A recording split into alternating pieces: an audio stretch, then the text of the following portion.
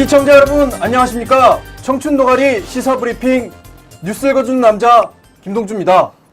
잠시 전에 진성준 대변인 단약하셨습니다. 저는 진성준 대변인을 라이벌로 생각하고 있는데 오늘 너무 잘하셔서 제가 상당히 부담스럽습니다. 그러나 제대로 해보도록 하겠습니다. 제대로 해보면 발음이 안 됩니다. 더듬으면 안 돼. 너무 말 잘하더라. 근데 어떡하냐 나 지금. 진짜. 긴장됩니다. 네. 첫 번째 뉴스 보겠습니다. 첫 번째 뉴스는 굉장히 황당합니다. 보시죠. 첫 번째 뉴스는 눈 내리면 집에 안 가는 여자가 얼마나 많으면 이란 제목입니다. 무슨 내용이냐? 뭘까요? GS25가 많은 양의 눈이 내린 수도권과 강원도를 중심으로 매출을 분석한 결과 여성 속옷은 79.9%가 증가하고 남성 속옷은 35.5%가 전주 같은 요일 대비해서 증가했답니다. 많이 팔렸다는 얘기죠? 왜 그럴까요?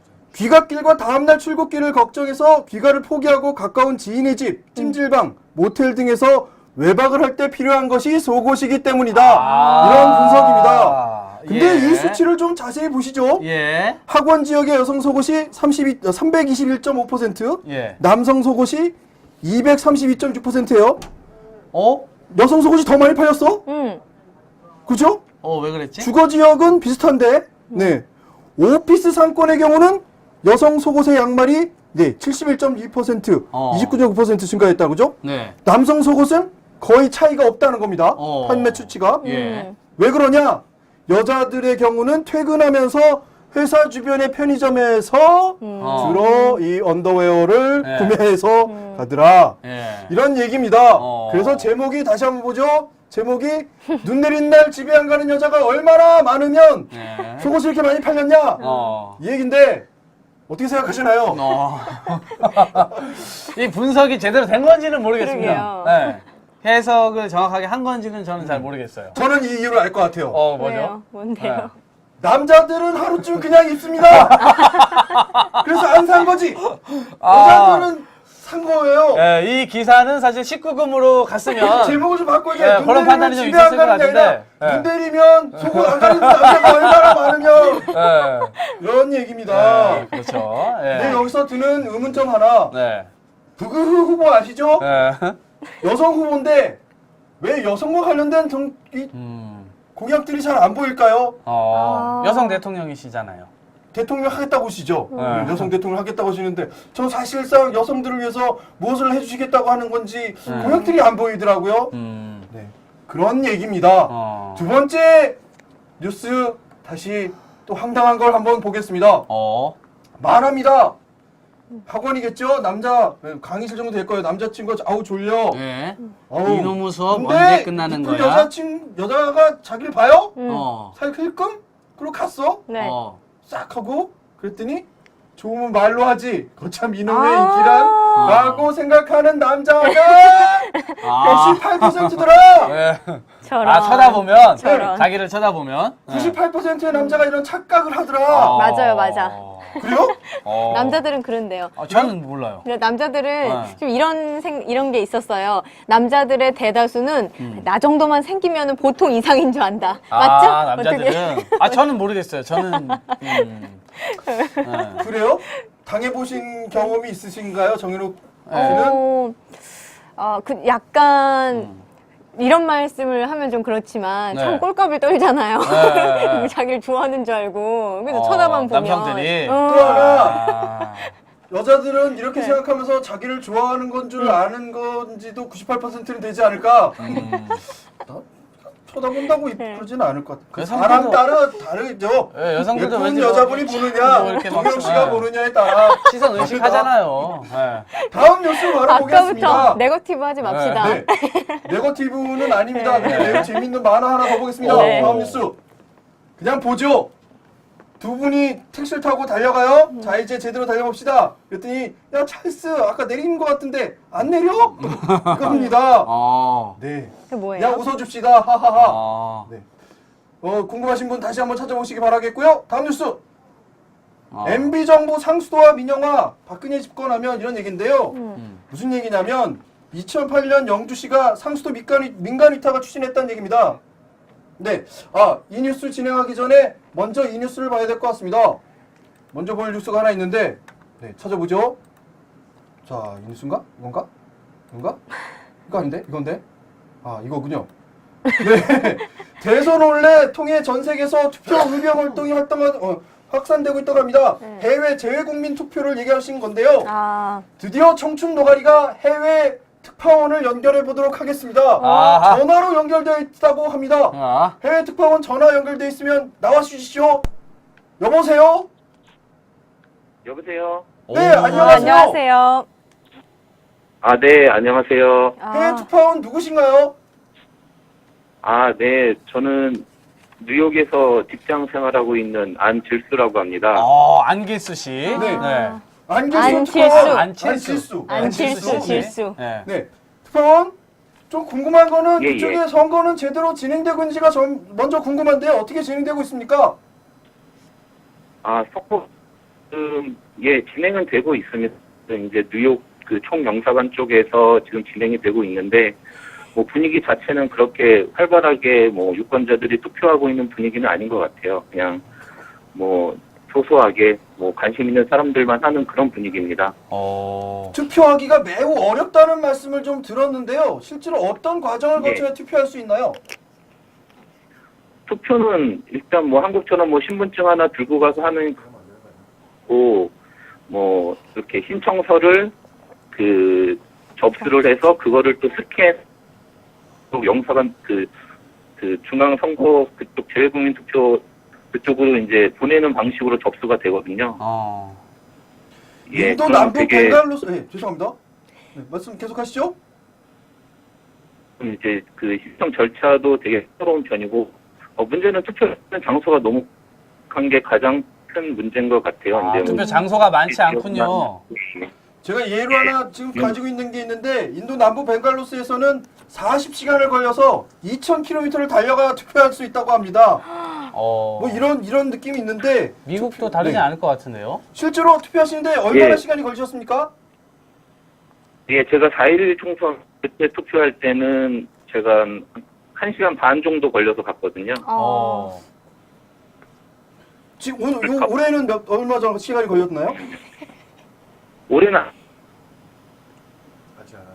그렇죠. 시간이 아직 안 됐군요. 네, 11일 날 하시는 걸로 제가 알고 있습니다. 네, 이제 투표를 하시겠죠? 자, 마지막으로 질문 드릴 거는 이겁니다. 이곳에서는 2030의 투표 분위기, 투표 열기가 굉장히 달아오르고 있는데요. 그쪽에서는 2030들이 투표를 많이 할 것으로 예상됩니까? 예전보다는 하더라고요. 4.11 총선 때부터 이제 네. 전화 연결 상태가 예. 위성 연결이 잘 안 되는군요. 예. 이 부분은 사죄 말씀드립니다. 예. 네. 끝으로 그래도- 이곳에 있는 분들한테 전해주실 말씀 있으면 한마디만 부탁드립니다. 그래도 여기가 투표율기가 그렇게 좀 약하다고 하더라도 여기서 투표하시는 분들은 최소 2시간, 3시간 이상의 시간을 걸려서 투표하는 분들이 많으니까 한국에서는 분명히 그보다는 많이 네. 정리하자면 1시간 넘게 걸려서 투표를 하고 여기서 하고 있으니 투표하기 편하신 대한민국에 계신 분들 투표 많이 하시라는 하라. 얘기죠? 예, 그렇죠. 네, 그렇죠. 그렇게 정리하겠습니다. 아유, 전화에 응해주셔서 정말 감사드리고, 네. 여기 몇 시라고요? 예. 4시 반? 새벽 예. 4시 반. 죄송합니다. 그 시간에 전화를 네, 했다. 주무시는 시간인데. 네. 안질수 씨, 안 잘 수 없겠습니다. 네, 주무시기 바라고요. 정말 감사드립니다. 안녕히 주무세요. 감사합니다. 예. 네, 해외 투표원 안지수 씨 연결해서 투표 상황 알아보았습니다. 다음 기사 바로 보죠. 조금 전에 진행했던 기사입니다. 상수도 민영화에 대한 부분인데요. 네.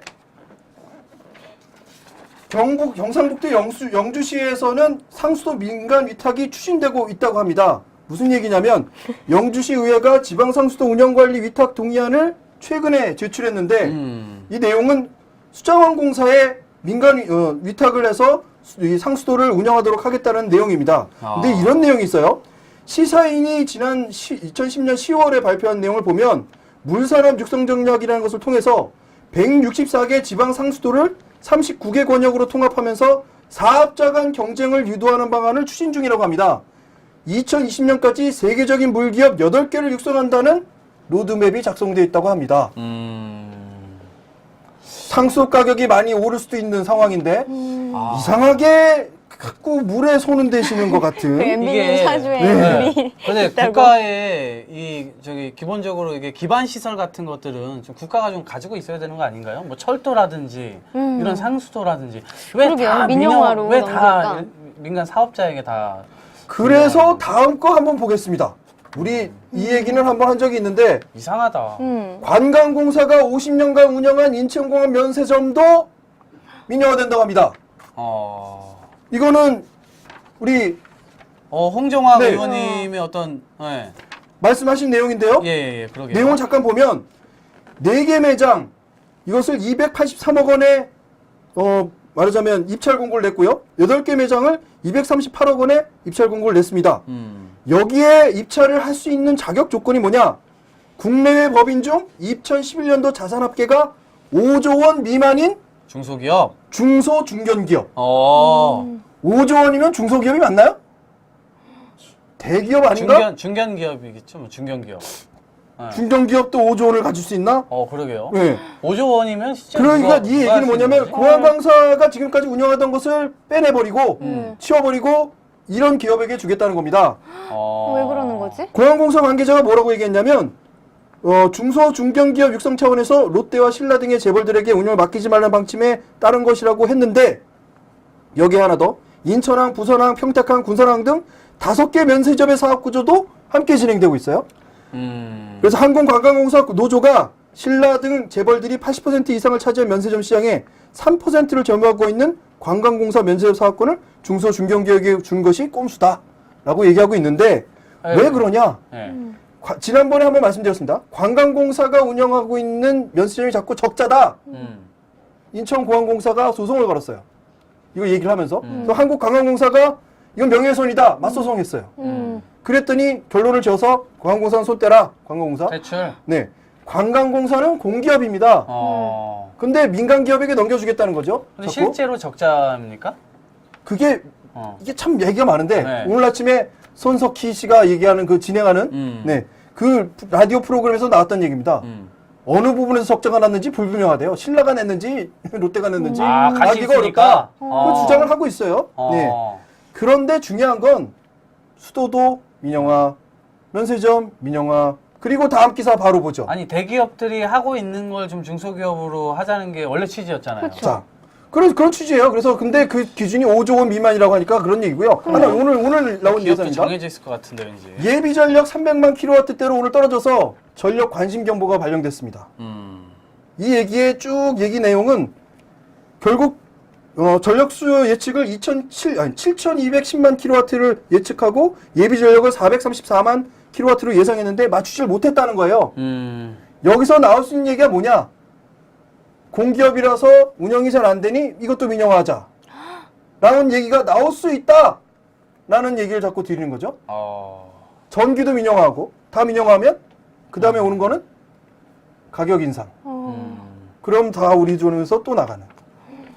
이런 구조를 자꾸 만들고 있다. 근데 그거에 대한 관심을 가진 사람이 별로 없어요? 저쪽에는 없는 것 같다. 근데 며칠 전에 홍정학 의원도 벌써 이 얘기를 하셨잖아요. 예. 네. 아, 그 얘기를 좀 너무- 드리고 있습니다. 너무 많이 그냥 자, 다른 거 하나 볼게요. 기업화 시키는. 이 얘기 오늘 들으셨나요? 많은 분들이 알고 계실 텐데 MBC가 문재인 TV 광고에 방송 중지 요청을 했습니다. 무슨 이유냐? 이 얘기를 좀 드릴게요. 무슨 이유가 얘기한 부분이 이겁니다. 현 정권에 의해 장악을 당한 언론사처럼 MBC를 구체적 사실관계를 적시하면 공영방송사로서의 공정성과 정치적 중립성으로 가장 중요한 가치로 하는 문화방송의 명예를 현저히 훼손하고 있다라고 문화방송이 얘기하고 있어요. 여기에 또 한 가지 덧붙인 거는 김재철 씨의 낙하산 사장 MBC 노조가 파업에 나선 후 사측의 탄압이 이어져 무한도전을 보지 못하게 됐으며 무한도전을 아끼거나 현 MBC 경영체제에 반감을 가진 시청자도 문재인을 지지해달라는 뜻이 이 TV 광고에 들어있다는 거예요. 해석이... 방금 전에 한 얘기는 100% 진실이 맞는 것 같아요. 나는 무한도전 보고 싶다. 그럼 분명히 맞죠? 근데 해석이 이거는 창의적이야. 해석이 창의적이야. 공영방송사로서 공정성과 정치적 중립성을 가장 중요한 가치로 무한하는 문화방송의 명예를 현저하게 훼손하고 있다. 니들은 국민의 명예를 훼손한다. 우리의 명예를 돌려달라. 이게 도대체? 그러니까 염치가 머리 저는 아파. 염치라는 말을 좀 쓰고 싶네요. 네. 누가 누구에게 해야 할 말인지. 네. 저는 도저히 이거 얼굴색 하나도 안 변하고 어떻게 이런 얘기를 하나 그런 생각 들고요. 이 기사 이 사진 한 번만 다시 보여주시죠. 예, 사진 한 번만 다시 보여주면 이 사진이거든요. 네, 무한도전이 출마합니다. 저희가 청춘노가를 통해서 방송해드리는 광고도 있죠. 이 고대로된 광고.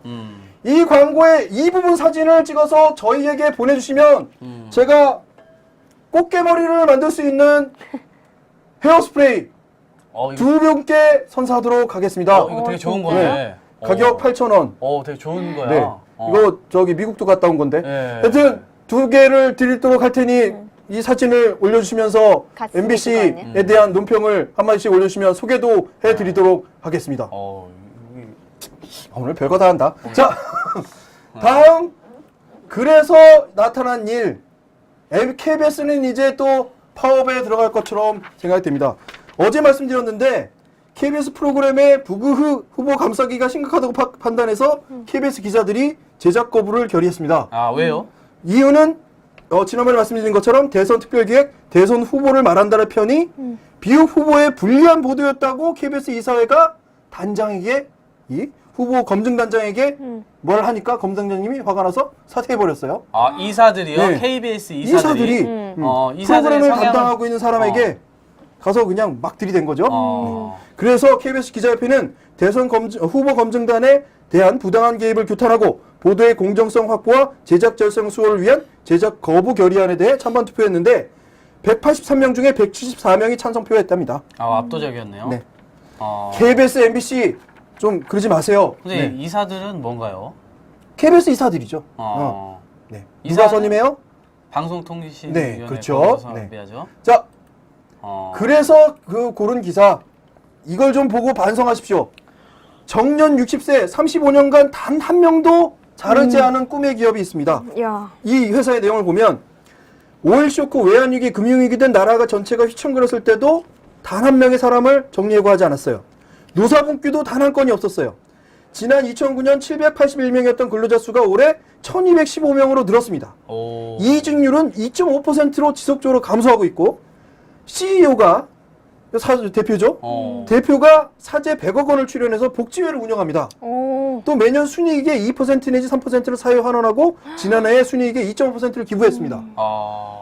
우리 사회 여기 이제 현장 관계자가 얘기한 건데 우리 회사에서는 현장 직원이라는 용어가 없다. 공정 책임자라는 호칭을 사용하는 등 사원들을 존중한다. 사원들의 자긍심을 높이고 있다. 이런 노사 화합의 문화가 신명나는 일터를 만들고 기업은 계속 성장하는 것 같다. 라고 말하고 있습니다. 아마 이분, 상 받는 이분이 아닐까 생각이 드는데요. 그러네요. 누가 주고 누가 받는지는 오른쪽에 분이 사장님이신 것 같기도 하고. 네. 자, 봅시다. 도대체 MBC, KBS는 어쨌길래 사원들이 2억 원까지 가느냐. 근데 이분들은 도대체 어떻게 했길래 하느냐. 그러게요. 이런 일이 발생하면 딱 하나. 그거는 노사분규를 하는 당신들 잘못이지. 라는 부분을 계속 몰아붙이죠. 저쪽에서의 인식은 그런 거죠. 근데 사장님이 이렇게 훌륭한데 회사 떠나고 싶겠어요? 단 한 명도 헤어지지 말자는데 그 회사 너무 그만두고 싶겠습니까? 열심히 일하고 싶겠죠. 솔직히 궁금한 건 이 회사가 월급을 얼마 준지는 궁금해요. 근데 많이 안 주더라도 난 이 회사 간다. 라고 나는 생각합니다. 그래서 다음 기사는 방금 전에 대선 혼란을 통해서 투표 의병 활동을 활성화된다는 말씀을 드렸고 제가 특파원 연결도 했습니다. 다음 기사는 이겁니다. 마지막 기사로 하나 더 고른 게 있는데요.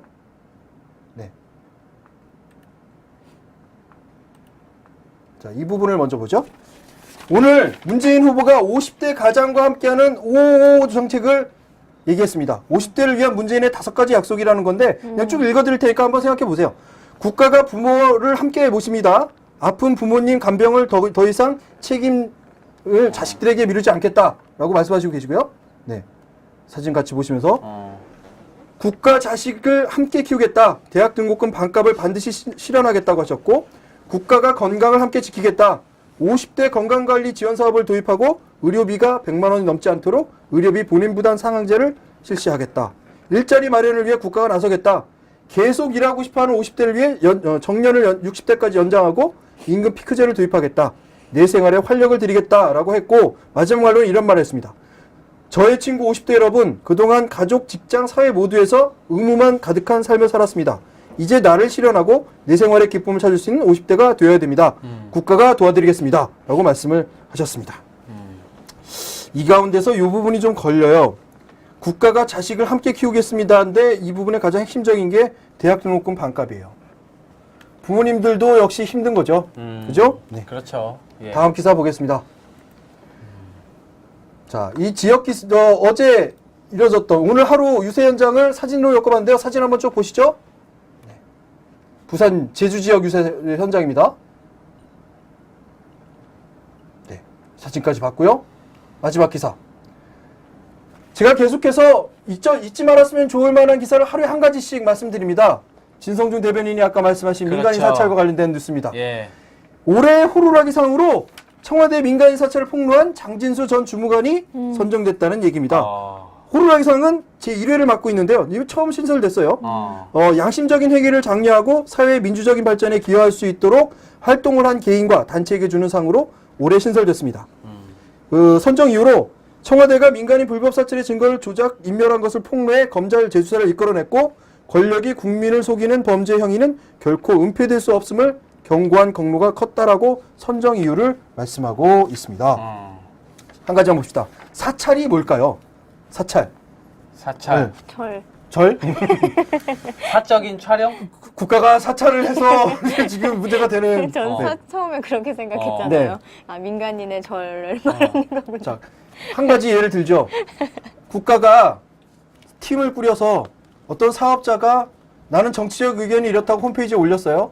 근데 그걸 보고 기분이 나빠서 그 사업체에 대한 대출을 제한하도록 하고 사람들한테 이 거래하는 업체에 쫓아가서 그 업체와 거래를 하지 말라고 해서 업체를 망가뜨렸어요. 이게 사찰입니다. 또 하나, 그러니까 흔히 말하는 농성의 현장에 있는 분을 계속 쫓아다녀요. 한 사람이 계속 쫓아다녀요. 파파라치 같은 네, 거네. 파파라치. 사진 매번 찍고. 민간인은? 네. 국가가. 네. 누가 쫓아다니는지 모르죠. 그게 누구였냐? 군 기무사였대요. 군인이 쫓아다닌 거예요. 헐. 잠을 제대로 잘 수 있을까요? 스토킹 당해본 적 있어요? 아니, 없어요.